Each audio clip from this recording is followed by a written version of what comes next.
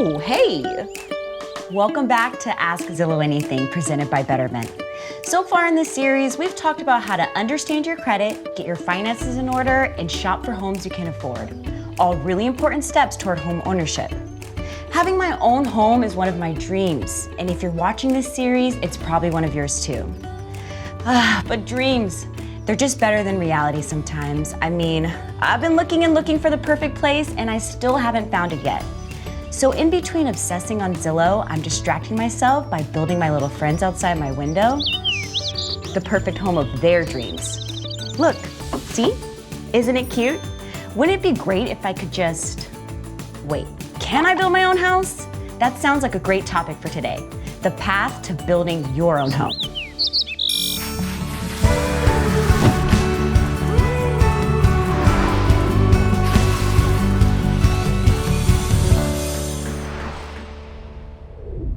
So where do you even start? Let's ask someone who's already done it. New construction for me, I went onto Zillow and did some searches, found new construction, and realized that that was something I wanted to go into. Zillow was integral in me finding my new construction home. I was able to look in those specific areas with that draw on the map feature, and then put in my price point, and I was able to really narrow down where I wanted to be based on certain areas and criteria. New construction for me was a big alert because I could make my own mark on it and not kind of come into an existing project where you don't know what the sublayers of the house are like, what the quality of the fixtures are. I was able to do all of that on my own from the start, kind of customize it how I wanted and put my vision on it. Oh my gosh, Brian, I hear you on that. Customizing my cabinets, dream. Customization is just one of the many differences between buying a home and building one. There's so much to learn, and luckily we have two great resources to help guide us. The first resource is Zillow's Home Buying Guide, which has lots of great articles on the things you need to know before buying any home, including specifics on new construction. Just go to zillow.com/homebuyingguide to dig in. Our second resource is one of Zillow's builder partners who's joining me today, Linda Peak, Vice President of Digital Marketing at Brookfield Residential. She's going to give us the rundown on getting into a new construction home. Hey Linda, can you introduce yourself to our viewers? Hey Julia, I'm really happy to be here today. I'm Linda Peak, Vice President of Digital Marketing for Brookfield Residential North America. So Linda, let's start with the big picture. What are some of the biggest differences between buying a resale and building or purchasing a new home? There are a few main differences that really stand out between new and resale homes. The biggest, and maybe the most obvious, is that it's new. This eliminates one of the biggest headaches that comes with buying a resale home, the fear of the unknown. With resale, even after inspection, you really don't know what's behind the walls until something happens. I'm sure anyone who's lived in or purchased a resale home can relate to this. It's the kind of uncertainty that can lead to large, unexpected expenses. Another big difference with buying new construction is having the technology already built in, giving you access to high-speed internet throughout your home rather than limiting you to rooms with the strongest signal. This has become even more important now that we're streaming and working and living from home. Another key difference is that new construction often exists within a master plan community, which gives homeowners access to a thriving and connected lifestyle with resort-style amenities and ongoing resident programming that creates a sense of togetherness amongst neighbors. Having close proximity to new or existing shopping and dining is also key. Okay. All right, so those are some great factors to think about. So what about timing? How long does it take to build a new home? Construction timing for new homes tend to be communicated on a clear schedule. For instance, at Brookfield Residential, once a buyer purchases, they are given an estimation for completion or a promise date. As construction of the home hits certain milestones, the dates may be adjusted a bit, but it's always communicated to the buyer clearly. This constant communication and transparency allow homebuyers to plan their upcoming move with confidence and clarity. This communication approach can vary by builder. This differs quite a bit from the timeline of a resale home, where it's basically the time it takes to secure and close the loan. A typical timeline ranges from 30 to 60 days for a move-in ready or quick move-in home. It can also be anywhere from 3 to 9 months, depending how early or what phase you're purchasing in. I hear about different types of new construction homes. We have spec homes, custom homes. Can you explain the different types to us? A spec home is one where all the finishes and options have already been selected, and the home is either completed or typically less than 90 days away from completion. These homes are often referred to as quick move-in homes. The benefit is that you can move in right away. The downside is that you don't have an opportunity to make your own style selections or personalize the home prior to moving in. And for new tract or production homes, we'll also have personalization options, but this does depend on the price point and how early on it is in the construction process. And options can be large things like adding a loft, or turning a study or a den into a bedroom with a closet, or smaller things like built-ins, outdoor rooms, features, or exterior architectural selections. Smaller details that can be personalized range from flooring, cabinetry, tile, faucets, handles, and paint colors, all the really fun things.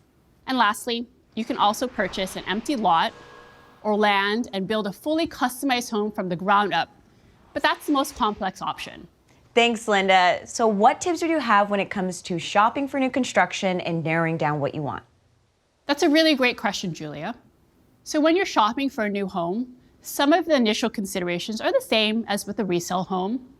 For instance, determining the number of bedrooms and bathrooms and whether you want an outdoor space or extra storage will help focus your search.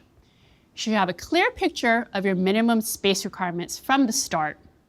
The great thing about a new construction home is that you can often choose to add a bedroom or convert a loft into a bedroom or add a first floor suite.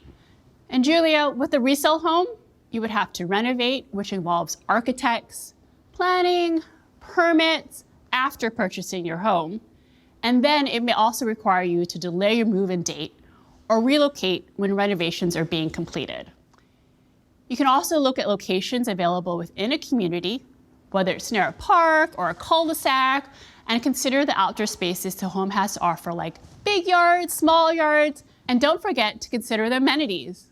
With a resale home, you're just paying for just the home. However, with a new home, the price also includes a variety of community amenities like pools, parks, recreation, events, programming, and new or nearby retail for everyday conveniences and a lot of fun. And then you get to the really good stuff: architectural style choices and ultimate personalization for the interior to match your taste and lifestyle. Most new home communities have model homes that demonstrate designer options and upgrades, as well as finished spaces, so you can experience how the homes live in real life. Okay, so you've decided you want to build and you found your builder partner. So what happens next? Can you give us a high-level view? Although the process can vary by builder, at Brookfield Residential, this is our process. Sign your purchase agreement, work with the designer to select finishes and options, meet with your on-site team to review everything, receive timely updates on construction progress along with photos on the Brookfield Residential app, take a framing walk to see the bones of your home before it's sealed up and make sure you sign your name on it, get clear communication from your new home concierge to help set up your utilities and plan for a smooth move. Have a new home orientation, which includes a walkthrough of your completed home, its functionality, and important maintenance information. And finally, close escrow. Get the keys and celebrate your new home. Okay, well that seems straightforward enough. But what if things don't go exactly as planned? I've heard there's a lot happening when you build a home, between dealing with utilities, zoning requirements, things like that. What are some curveballs people might face? The beauty of buying a new home is that the home builder handles any potential issues, including zoning, permits, and utilities. All of these are dealt with before we can even begin to market a new home community. So by the time you're touring and entering into a sale, everything is all set. For a customized home outside of a community, this may be a bit more involved and require more buyer input. There are some instances when construction timing can be impacted by delays. For example, extreme weather or difficulty obtaining materials during supply chain shortages. But again, the builder typically handles this and communicates any issues to the buyers on an ongoing basis. But remember, the communication approach can vary by builder. Whew, we've covered a lot of ground so far. Remember, you can always visit our home buying guide to explore more on what we've discussed here today. To wrap things up, Linda, if you had to give us your top 3 tips, what would those be? My 3 tips for new construction buyers: The first would be to determine your budget, which begins by getting pre-qualified by your lender. Knowing your bottom line numbers gives you the clarity you need to make upfront decisions, whether it's total price or maximum monthly payment. Whatever it is, you'll then be able to focus your search and put your time into exploring the options that are right for you. The second tip is to look beyond the home itself and find a community that fits your lifestyle. Once you find that place that feels right, finding the perfect home there will come naturally. Third, be proactive. That involves asking questions. Home builders are here to guide you along this journey, and it's a journey. We might as well make it as fun as we can for you. When you're buying a new home, there's a home builder team of experts by your side every step of the way.